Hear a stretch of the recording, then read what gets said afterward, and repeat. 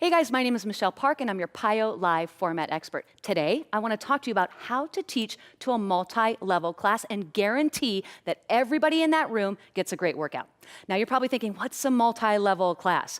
Well, let me give you some examples. So there's your regulars, the people that come to class all the time, they can do and follow anything that you give them. And then there's the people that are brand new. It's their first time walking in that room for that brand.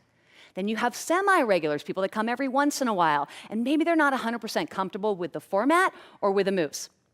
You might have people also with limitations, and by limitations I mean maybe lack of flexibility, strength, coordination, or maybe they have an injury. How do you teach a class that is guaranteed to be great for each and every one of those people? Well, let's talk.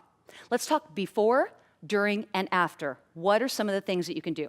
Before class, the most important thing for you to do is be prepared. And how can you be prepared? Well, know your choreography, know your modifications, and think about the times in class that you're going to have to use those modifications. So be ready for that. Now, best case scenario, you know who's going to be in class, right? It's a small gym or a small studio, or maybe it's something private that you do, and you know, okay, that person's new, that person's been coming for a while, I'm going to know what to do. But what if you're in a big gym and you have no idea? You have to be prepared. So that's my number one tip for you before. Now, during class, what is the number one thing that you can do? Here it is. As an instructor, you need to give permission.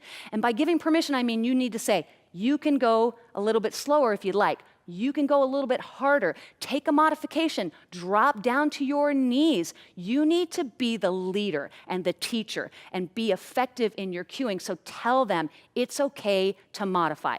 And with your permission, they will have a great workout. What else do you do? Show modifications. Show the modifications where you think are necessary.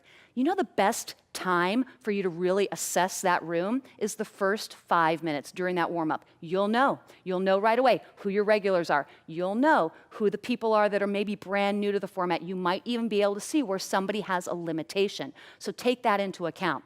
Smile, encourage, make eye contact. You remember the people that you saw in the first 5 minutes? The people that you knew might have a little bit of a challenge, make eye contact with them. Let them know that you've got their back, okay? Because it really is about that experience. If you give your regulars a great experience and you give the brand new people a great experience, you are guaranteed to have a great class. Now, after, what do you do after? Well, the perfect time for you to work that after magic is when you're sitting down in your cool, or standing in your cool down. Look around the room. Tell them, thank you guys so much for being here today. You all did so well. Did you hear what I said? You all did so well. Not the regulars, not just the beginners.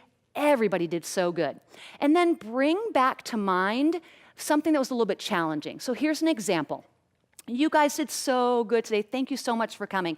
Remember that flow? My gosh, that was so challenging, but we all did it. And you would tell them, remember, next time you come back, it'll get a little bit easier because your body will be ready and prepared. So that's a really good thing to do, and a really perfect time to do that is during the cool down.